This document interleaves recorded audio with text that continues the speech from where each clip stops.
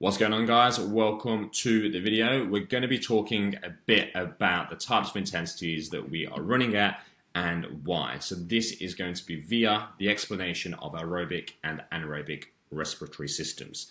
If you're not familiar, aerobic means with oxygen, anaerobic means without oxygen. Okay? It's going to get a little bit sciencey. I'm going to try my best to make it as simple as possible to understand so you can then use it in a practical sense. Aerobic respiration, as I said, is creating energy, or ATP, in the presence of oxygen. Okay, so this is our low intensity exercise. This is what you see all over Instagram when people saying low to conversational pace. This is the reason why we do it. Okay, it improves your ability to remove lactate from your muscles. So you always are creating and using lactate. It just depends on how much based on your intensity. So even by sitting here doing nothing, I am creating lactate. The thing is, my body's just flushing it back out again. I'm not going to feel fatigued. Your lactate accumulation occurs obviously at much higher intensities. Building that aerobic base improves that. It also increases our delivery of oxygen to working muscles. Okay, so obviously we need oxygen. If you've got improved delivery via hemoglobin, via increased blood cell count, even more blood as a whole, which is another story altogether, an improved and increased amount of that can obviously help you be more efficient with the use of oxygen and therefore using it as energy. Your mitochondria is the powerhouse of the cell. Okay, won't go too much into it, but ultimately this is the site at which aerobic respiration happens. If you have more of them and they are bigger, it ultimately means you then have a higher capacity. Okay, you can use more oxygen in one go and therefore improve your aerobic capacity. It increases the size of your slow twitch fibers. So working at these lower intensities for longer improves your ability to obviously use those slow twitch fibers for longer and produce even more power at that sort of intensity as well. So it's not always just about our fast twitch fibers, which we would typically use a lot more in our sprints, but also in the gym, but also slow twitch fibers during our longer runs. Using fat as a fuel at this intensity. So this is important because using fat as a fuel is going to be much more beneficial as we start to then increase our intensities because it preserves our glycogen stores. If we get good at burning fat, then it means we don't have to then tap into our glycogen stores just yet, which means we can then use that at higher intensities. So if I'm running at 5 minutes 30 per kilometer, and this is my lactate threshold, and this is the point at which my anaerobic system overrides my aerobic system, then I'm going to basically hit that wall after about an hour. But if my lactate threshold is higher, it's actually going to take me a lot longer, or at least running at a much quicker pace to then hit this lactate threshold. So when you hear the term lactate threshold, it is basically the ability of your body, or at least it's when the lactate produced by your body overrides the amount at which it can use and flush out. Okay, so imagine filling up a sink. It's got a plug hole in the bottom and you've got the tap running.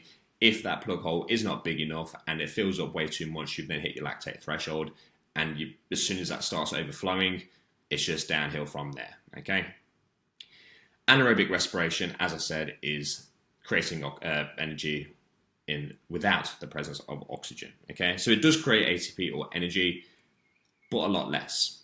But it does create it quicker, hence the quicker intensities, and why we can't stay at that intensity for as long as we can at our aerobic pace. So it produces lactate as a byproduct. Okay, so lactate's not a bad thing.